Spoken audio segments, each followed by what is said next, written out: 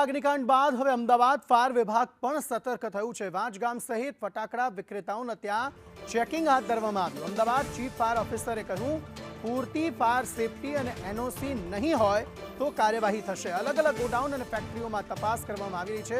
મહેકમ ઓછું છે તેને લઈને ભરતી પ્રક્રિયા ચાલી રહી છે।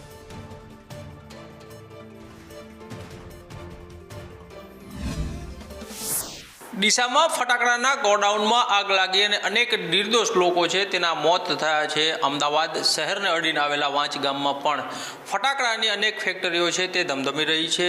ત્યાં ફાયર સેફટીની બાબત હોય, લાયસન્સની બાબત હોય કે એનઓસીની બાબત હોય, વાત કરીશું chief fire officer Amit Kumar Dongre સાથે। સર, વાંચ ગામ છે, અનેક ફેક્ટરીઓ ત્યાં પણ આવેલી છે, ત્યાં હાલ ચેકિંગ કોઈ કરવામાં આવી રહ્યું છે કે કેમ, અને ત્યાં આ ફાયર સેફટીની બાબત હોય, એનઓસીની બાબત કે લાइसेंसની बाबत તેને લઈને શું સ્થિતિ છે?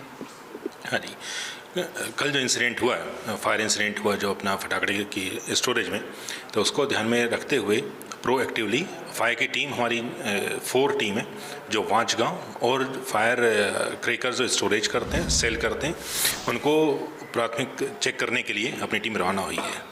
ये चेकिंग हमारी रूटीन होती है, जो वीकली हम जो शेड्यूल 3 जिसमें फायर एनओसी देते हैं उसके हम चेकिंग करते हैं। उसके ऊपर जो इंसिडेंट बना उसके बाद प्रोएक्टिवली 4 टीम और बनाई गई और जो फील्ड में जाके चेक कर रही हैं। सर, ये वांच गांव में कई जगह पे ऐसा देखने को मिला है कि फायर सेफ्टी के लिए जो बोटल्स आते हैं वो पुराने थे, कहीं जो है वो कहीं पे फायर सेफ्टी दिखी ही नहीं। ऐसे यूनिट पे क्या कार्यवाही होगी?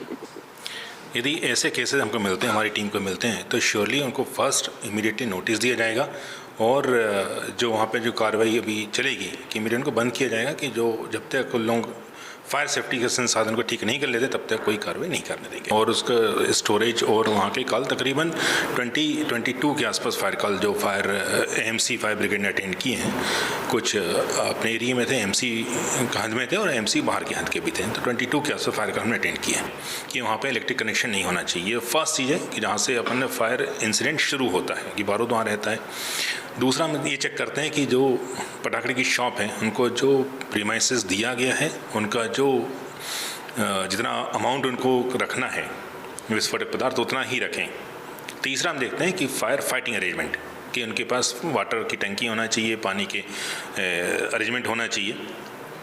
चौथा, कम्युनिकेशन सिस्टम के इमरजेंसी नंबर्स वहाँ डिस्प्ले होना चाहिए एंड ट्रेन पर्सन होना चाहिए कि इनकेस ऑफ इमरजेंसी को कैसे वहाँ से बच के निकलना है और कैसे अपने फायर फाइटिंग टीम को इन्फॉर्म करना है। तो ये ડીસામાં જે બનાવ બન્યો છે ને તેના પગલે જ હવે એકદમથી જ તમામ જે ફાયર ક્રેકર્સ ગોડાઉન છે અથવા તો વિક્રેતા છે તેને ત્યાં સઘન ચેકિંગ ફાયર વિભાગ દ્વારા હાથ ધરવામાં આવ્યું છે અને જ્યાં પણ ખામીઓ દેખાશે ત્યાં કડક કાર્યવાહી કરવામાં આવશે। કેમેરામેન પુખરાજ શર્મા સાથે કશ્યપ જોશી, સંદેશ ન્યૂઝ, અમદાવાદ।